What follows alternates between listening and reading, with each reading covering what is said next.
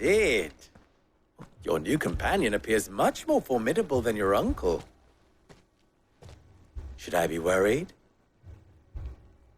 You haven't been introduced. Jill, Clive has told me much about you. All lies, I'm sure.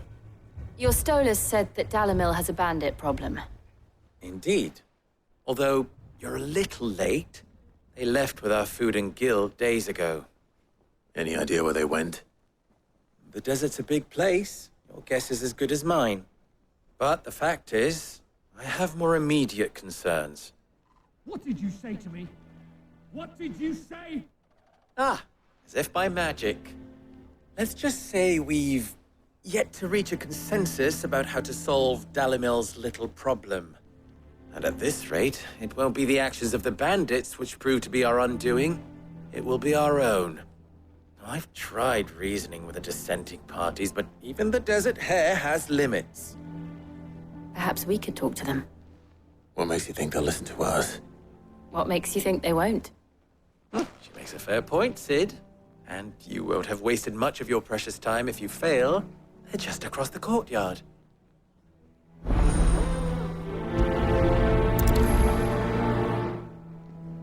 Suppose we just follow the shouting.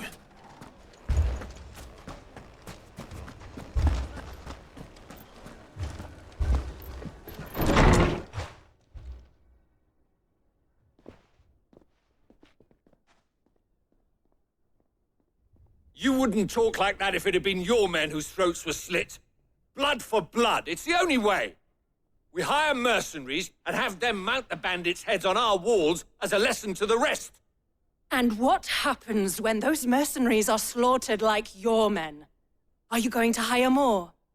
We're better off using that coin to buy food and supplies. If we hire mercenaries, the only thing we're buying is the bandits' ire. And you cannot fill empty bellies with that. Do you hear me? But what happens when they come back? Maybe it'll be your throat that's slit. That's enough. Both of you. Any more of this and I'll throw you out myself. Come back when you're ready to talk like adults.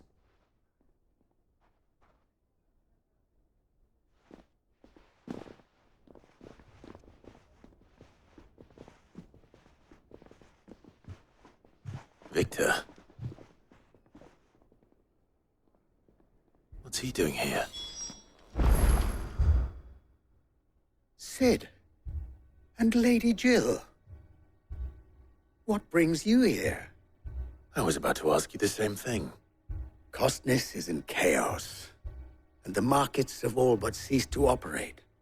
The Briar's Kiss here in Dalimil is the only place I can reliably obtain supplies. I was here to do just that when Master Lubor told me of his troubles.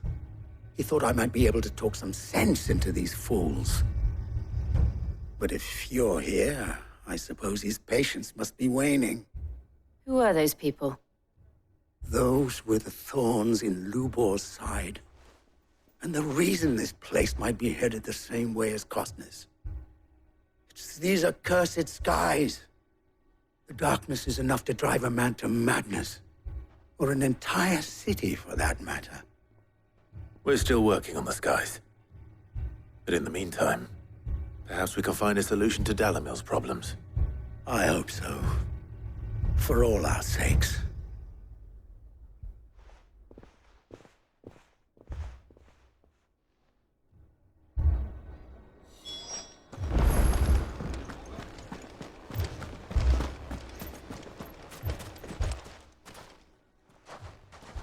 So, you see my predicament? What I saw was a room full of people who were angry and afraid. And with good reason by the sound of it.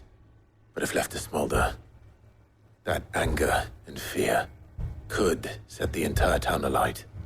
My thoughts exactly. What to do? Both sides wish to protect their homes and livelihoods, if only they could agree on how. But as long as they are divided, we are vulnerable. And if there's one thing bandits like, it's an easy target. What would Sid the Outlaw suggest? Well, If it were my namesake, he'd let them choose for themselves and be on hand to pick up the pieces when it all went wrong. That sounds like a recipe for disaster. A recipe for disaster is precisely what it is. But perhaps that realization would be enough to make them question the ingredients. While it's plain neither Conrad nor Natalie will countenance the other's proposal, it may still be possible to make them doubt their own before presenting them with a third option. And that would be? To pool our resources and save the city ourselves. Why fight each other When all that fear and anger can be directed at the bandits. It appears we have a plan of action. Victor, pay Conrad a visit. See if you can't convince him of his folly. I'll speak with Natalie. As you wish. Your faces are not well known in this town. That may prove useful. Don't worry, Victor and I will do most of the talking. You need only play along. Play along. What he means to say is yes.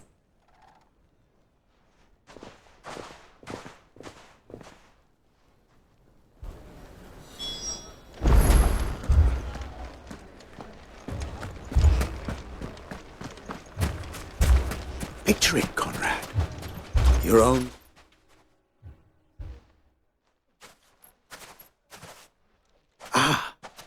Here she is.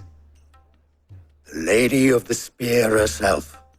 Conrad, may I introduce you to Jane, commander of the Red Wings, the oldest mercenary guild in the Free Cities. A pleasure, my lady. The pleasure is all mine. As I told you, I summoned the commander here from Canver to inquire about a contract. Victor says you told him no. That there aren't any men left to hire. Is that true? True as the crystals cracked. Nobles came and claimed every last one worth his salt. And not just from us Red Wings. You know of the 7 high houses. There must be 2 swords assigned each one. Granted, we have a few boys left. If it's boys you're looking for. Well, Conrad, are you saying that Dalimil's finest cannot defend this town better than a gaggle of unblooded striplings? That a band of beardless youths could better avenge the deaths of your brave men than you yourselves? Absolutely not. We'll show those bastards who they're dealing with.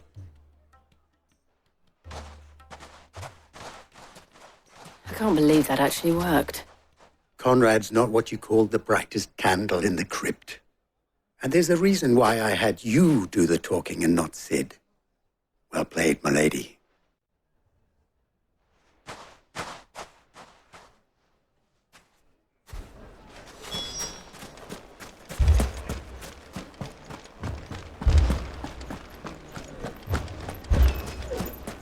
My shop. If I had my pickaxe, I would... I mean, it may still be possible to buy something, and we may yet... Ah, here he is now. Natalie, allow me to introduce Lord Underhill of Randalar's prestigious League of Merchants. Lord Underhill. At your service. Underhill.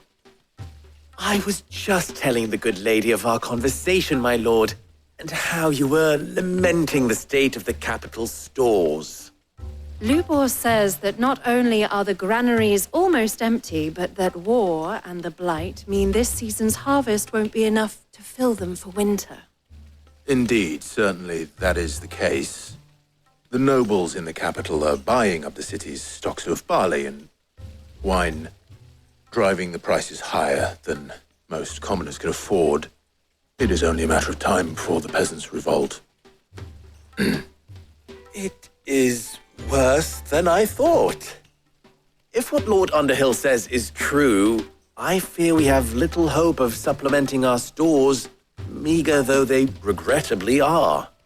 And while I applaud your endeavors to dissuade our more bellicose citizens from seeking vengeance, I sense Conrad is not wrong in his assessment of the bandits' likely return.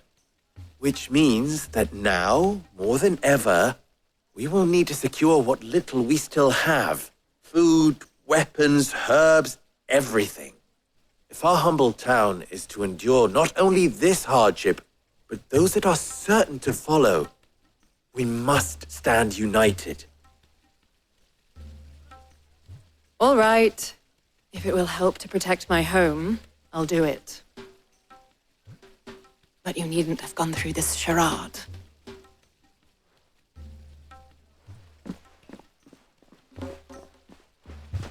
Thank you, Clive. Your performance was nothing if not workmanlike.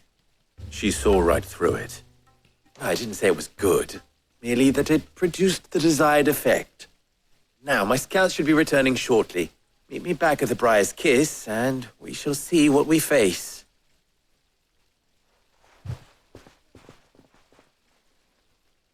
I'm not convinced our roles in this ruse were entirely necessary. I don't know. Conrad seemed quite taken with you. Mummy, I'm scared. Oh, I'm ruined. Good news, Sid. Both Conrad and Natalie have somewhat gracefully accepted their new roles. With time, they may even learn to. Time no longer appears to be the luxury it was before lunch. I take it your scouts found the bandits. Technically, it would be the bandits who found my scouts. It appears they march for Dalimil as we speak. All of them. You're not serious. They don't just want food, they want the whole damn town.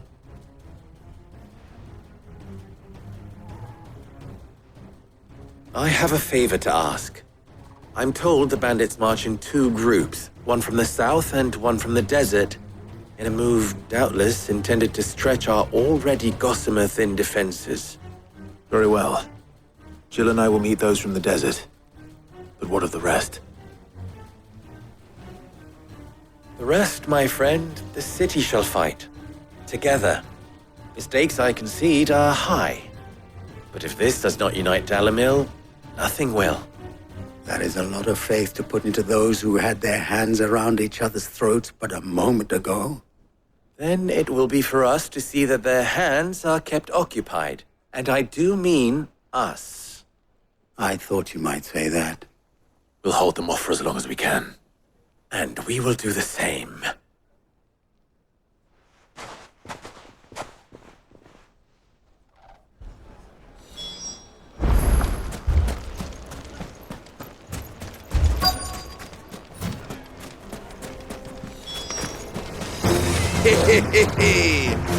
The women folk have come to breakfast. I'll take that one. It's all yours.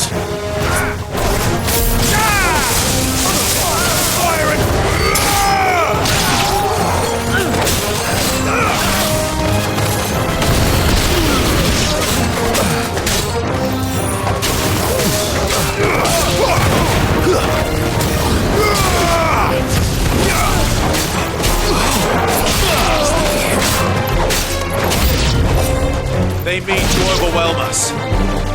Muhammad!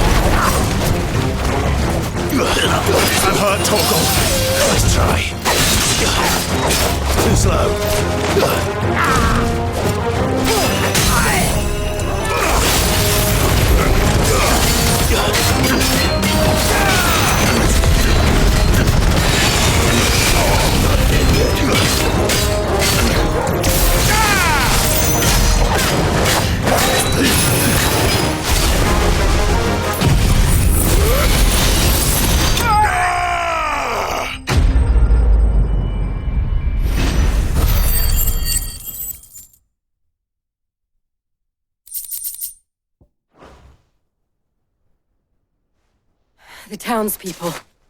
Could they have held out? I don't hear any fighting. What do you think? That we should hurry.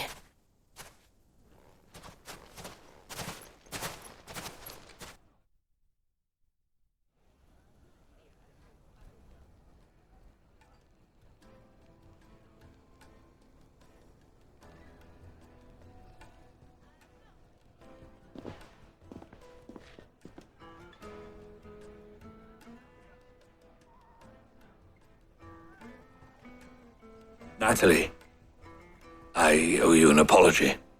You did well out there. The inn would have been lost had you not held the line. Without you, there would have been no line to hold. You saved us, Conrad. You saved Dalimil. We all saved Dalimil.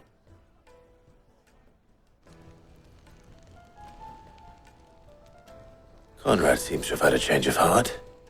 I'd say they both have. I take it from your presence that our visitors from the desert won't be joining us either. Pity. The plan worked, Sid.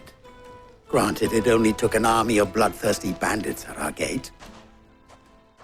Calm now, Victor. Why quibble over the details?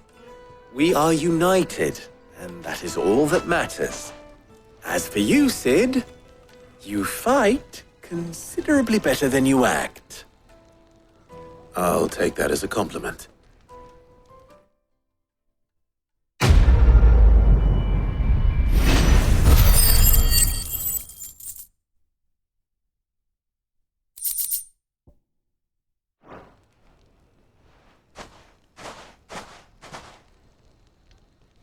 Our friends seem to have things under control. For now, at least.